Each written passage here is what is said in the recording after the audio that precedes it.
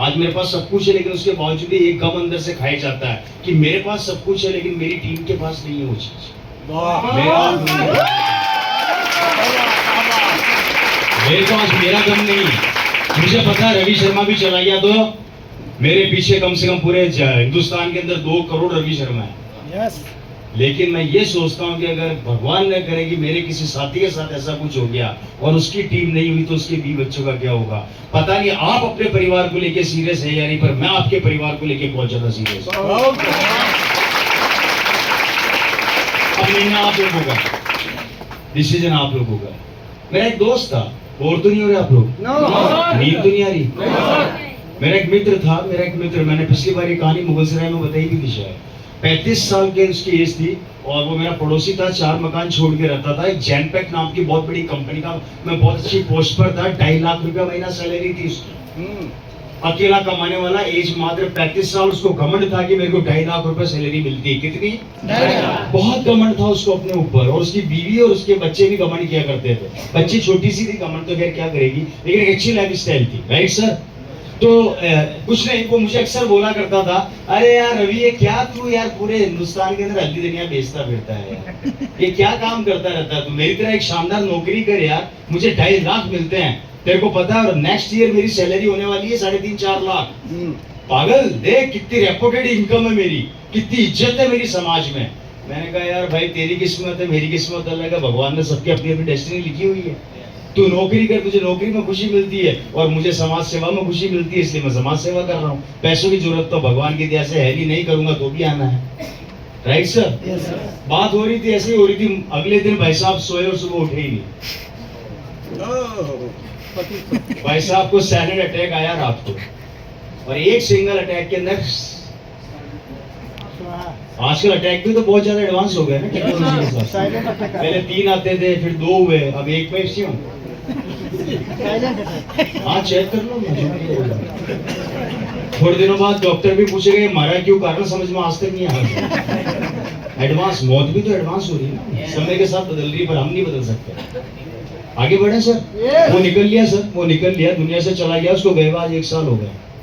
अब उसके घर की कंडीशन दिखाता हूँ और सुनाता हूँ। पहला, उसके ऊपर जो लोन था, वो लोन वाले उसके घर का दरवाजा खटखटाते हैं पर डे। 1 साल के अंदर उसकी कार उठा के ले गए क्योंकि लोन भरने वाला खत्म। जिस कंपनी में वो नौकरी करता था, उसके मरते ही वहां पे किसको, दूसरे आदमी को रखा जाएगा, उसी को सैलरी दी जाएगी। कंपनी को सिर्फ अपने व्यापार से मतलब है, आपसे मतलब नहीं। 2.5 लाख रुपए 1 सेकंड में जीरो हो गए उसके जाते ही, और उसकी जगह पे किसी और को नौकरी पे रख लिया गया। उसकी बेटी जो जयपुर के one of the best school में पढ़ाई किया करती थी, सरकारी स्कूल में आ चुकी है, गाड़ी उठा के ले जा चुके हैं, मकान बिकने की नौबत आ चुका है, और उसकी बीवी पूरी कॉलोनी में बोलती फिर रही है कि मेरे को बुटीक का काम दिलवा दो, मैं बुटीक का काम करूंगी, मुश्किल से 5-7-10 हजार कमा लूं, मैं अपनी बेटी का पेट पाल लूंगी। टोटल परिवार कॉलेप्स, टोटल परिवार खत्म, और एक आदमी के जाने से। और उस जगह पे आप होते तो क्या होता?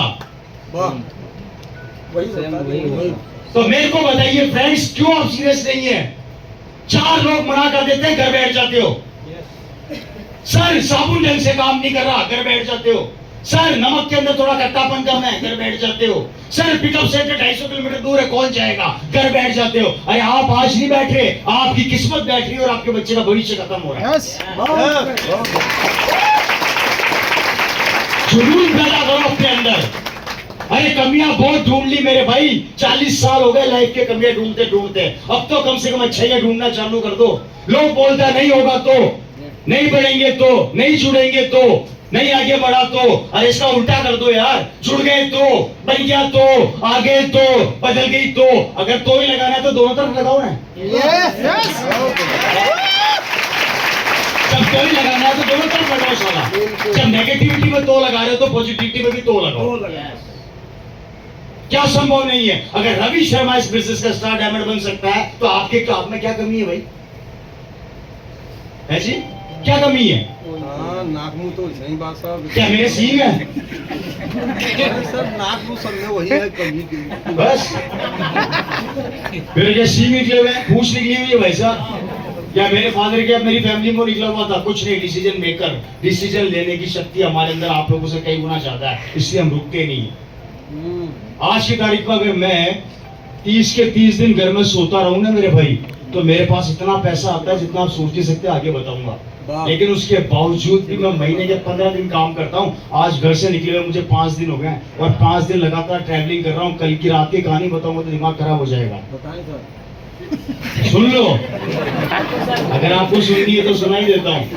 ट्रेन भाई साहब रिजर्वेशन करवाया मैंने, कहाँ से? सुल्तानपुर से। सुल्तानपुर मीटिंग खत्म होते ही तुरंत मेरे को ट्रेन नहीं मिली, ट्रेन छूट गई। अब क्या करूं? मुझे चौराहे पे लाया गया, वहां पे एक बस खड़ी थी, उस बस में मेरे को बिठा दिया, वो भी यूपी की शानदार बस, विदाउट एसी।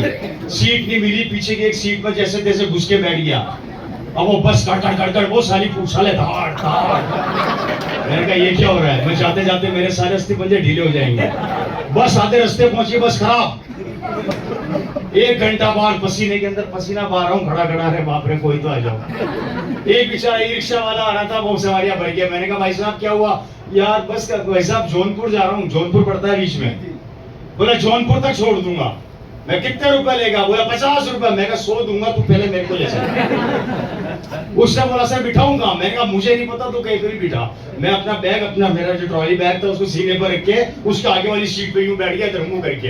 रिक्शा यूं जा रहा है, मैं यूं बैठा हूं। चलने दे। जौनपुर उतरा, उतरते ही वहां एक बस खड़ी, वाराणसी वाराणसी वाराणसी वाराणसी। मैंने कहा वाराणसी, बैठ जाओ। वही यूपी बस, फिर बैठ गया। इधर फोन पे फोन आ रहे हैं, सर कहाँ पहुंचे? अरे सर का पहले दिमाग खराब हो गया। और मुझे पता नहीं कौन कौन फोन कर रहा। अब मैं किसी से बात नहीं कर रहा, कैसे कर रहा मुझे अभी भी नहीं पता। आप में से किस किसका फोन है? मैं फोन किया था, तुमसे सर बनारस आ गए आपने? नहीं। पता नहीं किस, मैं उस समय मेरा पारा चढ़ा हुआ था। अब इधर फोन बजे, इधर हाथ में बैग। फोन निकालूं या बैग निकालूं? बैग छोड़ूं तो फोन में, फोन निकालूं तो बैग गिर जाए। अब ये साला रुक नहीं रहा।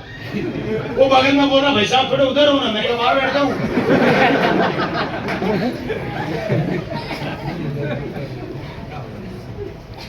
अब जैसे तैसे उस बस में चढ़ गए साहब। अब चढ़ने के बाद भी कहानी देखो, भाई साहब वो चले नहीं, पसीना खड़ खड़ खड़। मैंने कहा भाई तू कब चलेगा?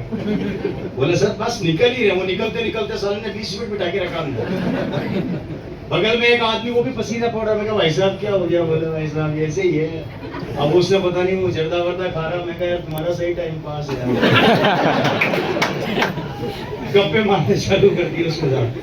बोला आप कहाँ जा रहे हो? मैंने कहा यार यहाँ के तो नहीं लगते। मैंने कहा राजस्थान से आया हूँ।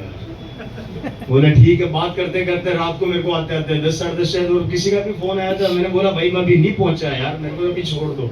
किसने फोन किया था? फिर मैंने आखिरी में बोला था, आपको बोला था क्या? मैंने कहा सर मेरे को अभी डिस्टर्ब मत करो, मैं पूरा डिस्टर्ब हुआ पड़ा। हालत ऐसी हो गई थी सर, होटल तक आते आते ऐसी हालत हो गई थी। मैंने कहा अब मैं या तो, अच्छा बिलीव नहीं करेंगे सर, सुबह से कुछ नहीं खाया था। सुबह सिर्फ मैंने 1 गिलास जूस पिया था और उसके बाद मीटिंग करी थी। और सुबह से लेकर रात के 11 बजे तक मेरे पेट में कुछ नहीं गया था, क्योंकि लगातार भाग रहा था। ये इतनी मेहनत मैं अपने लिए नहीं कर रहा सर। मेरे पास आज कोई कमी नहीं है। मैं जिस कार में चलता हूँ ना, वो कारें भी मेरी 1-1 करोड़ से ऊपर की है। जिन कारों में मैं चलता हूँ, लेकिन उसके बावजूद भी ये है ना, ये जब ये ट्रैवलिंग जब सुकून देती